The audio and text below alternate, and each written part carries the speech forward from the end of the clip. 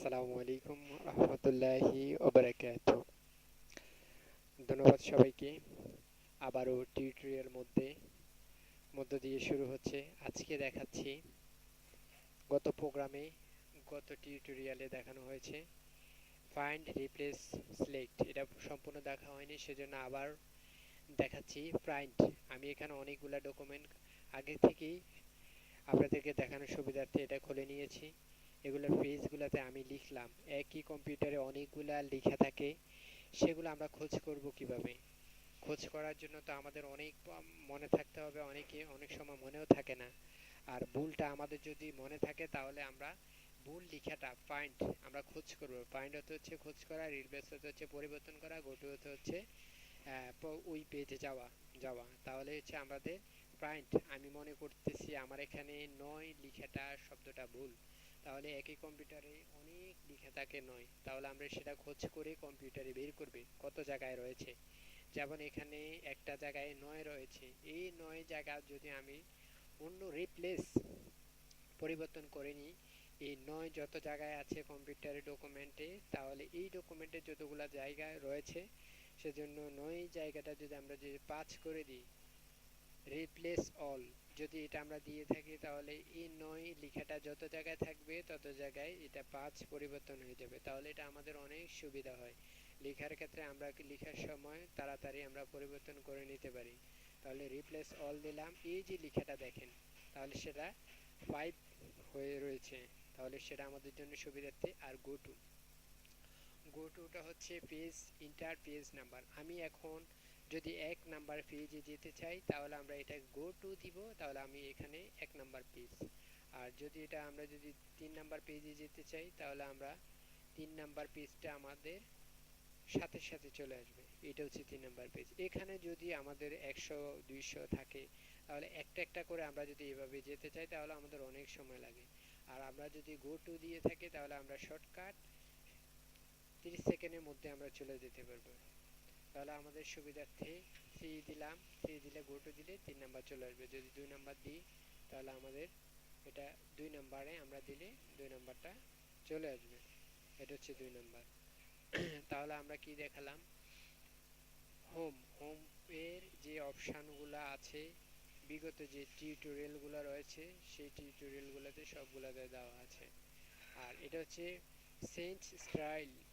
আমরা এখানে যতগুলো স্টাইল আছে সেগুলো আমরা দিতে পারবো।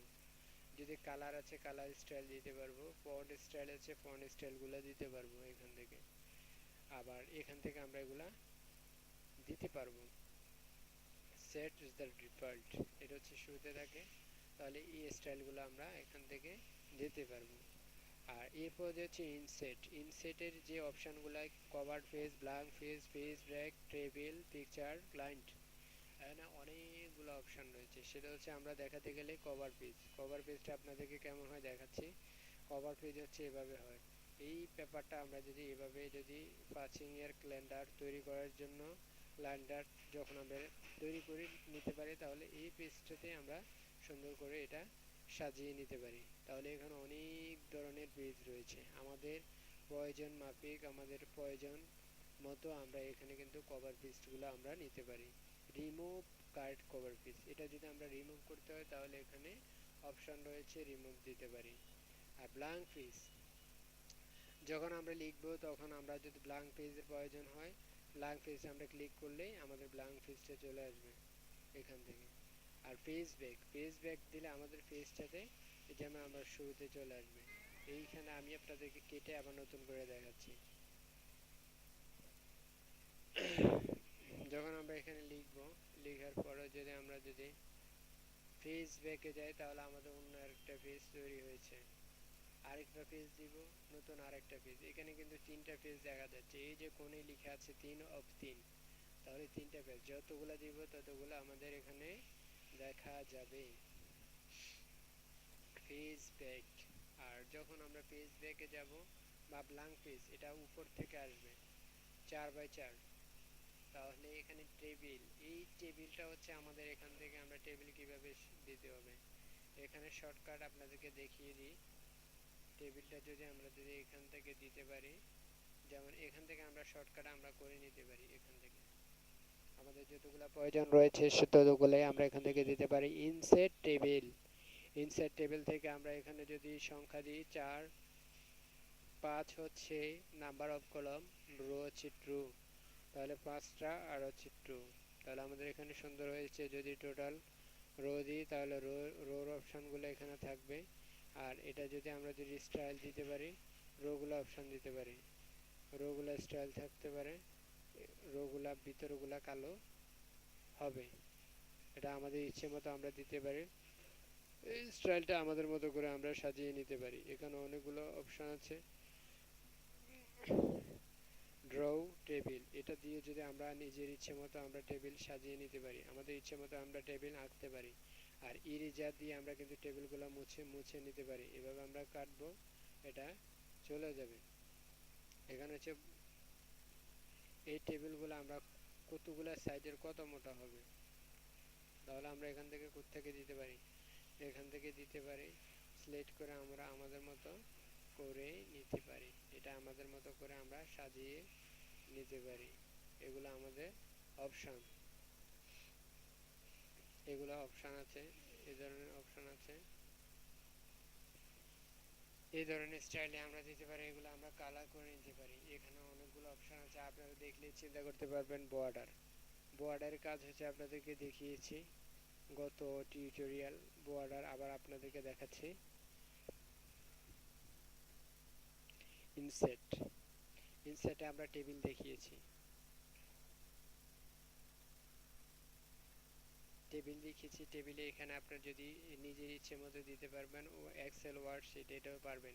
কুইক টেবিল, এটা সাধারণত আমরা এক্সেল থেকে কাজটা করে নিতে পারি, এটা আমাদের প্রয়োজন হয় না। এটা এটা শেখানোর জন্য একটি প্রোগ্রামই রয়েছে এমএস ওয়ার্ডের ভিতরেই। আর পিকচার, পিকচারটা হচ্ছে কম্পিউটারের যে কোনো পিকচার দিয়ে কিন্তু আমরা মানে ডকুমেন্টারির উপরে কিন্তু আমরা লিখতে পারি। যেমন আমি মনে করেন আমি আমার একটা পিকচার, আমি এখানে দিতে পারি। এই পিকচারটা দেওয়ার পরেই কিন্তু আমরা এই পিকচারের উপর কিন্তু আমরা লিখতে পারি। এই পিকচারটা উপরে কিন্তু আমরা লিখতে পারি কিভাবে, এখানে অনেকগুলা দেওয়া আছে।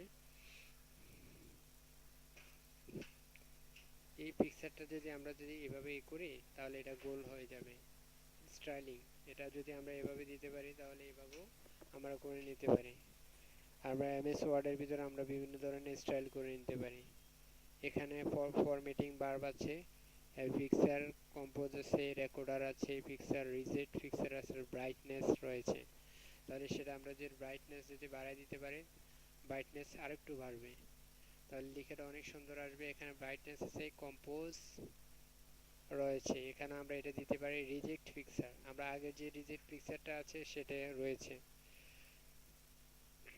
তাহলে আমরা পিকচারটা দেখাইলাম আপনাদেরকে। পিকচার দেখানোর পরেই এখানে লিখে আছে ক্লিপ আর্ট। ক্লিপ আর্টে আবার আমরা যদি এই পিকচার আর্ট ওয়ার্ক, এখানে দেখেন আর্ট ওয়ার্কের লেখাটা হচ্ছে আমরা যদি এখানে লিখি তাহলে এই স্টাইলটা যদি এখানে দিয়ে থাকি তাহলে এই লেখাটা এখানে থাকলো। এটা কিন্তু আমরা কালারও করতে পারি। এই লেখাটা আমরা এখানে বড় আমাদের মতো সাধ্য করে আমরা কিন্তু লিখতে পারি। লেখার পরে এই লেখাটা আমরা সেম আবার কালার করতে পারি। কালার করার পরেই যেমন এই লেখাটা আমরা এখানে কালার করে নিলাম, এই যে অপশান রয়েছে কালার করে নিলাম, জিনিসটা আরো সুন্দর দেখালো, সুন্দর দেখাবে। সুন্দর দেখার পরেই এটা আমরা কাজ করতে পারবো, ফরম্যাটিং বাড়বে। আর যখন আমরা এটা যদি আমাদের এডিট করা লাগে তাহলে এখানে এডিট দিলে আমাদের এই পূর্ববর্তী অপশানটা চলে আসবে। এখানে আমরা সাইজগুলো বড় করতে পারবো, ইটালি করতে পারবো, সেগুলো আপনাদেরকে দেখিয়েছি, আপনারা নিজেরাই করে নিতে পারবেন। সবগুলো দেখানোর সম্ভব হচ্ছে না।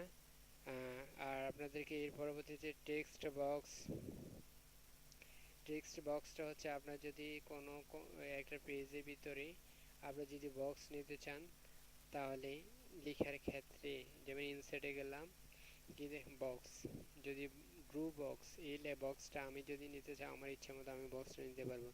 এখানে আমি লিখে সাজিয়ে গুজিয়ে লিখতে পারবো। এখানে লেখা আছে, সবগুলো অপশান দেওয়া আছে, এখান থেকে আপনারা চেষ্টা করে নিয়ে যাবেন। যদি না হয় আমাদেরকে পরবর্তী কমেন্ট জানাবেন, আমি আপনাদের মাঝে সহজ করে দেওয়ার জন্য চেষ্টা করবো। যেমন ইনসেট, এই যে আমরা যদি অঙ্ক করার সময়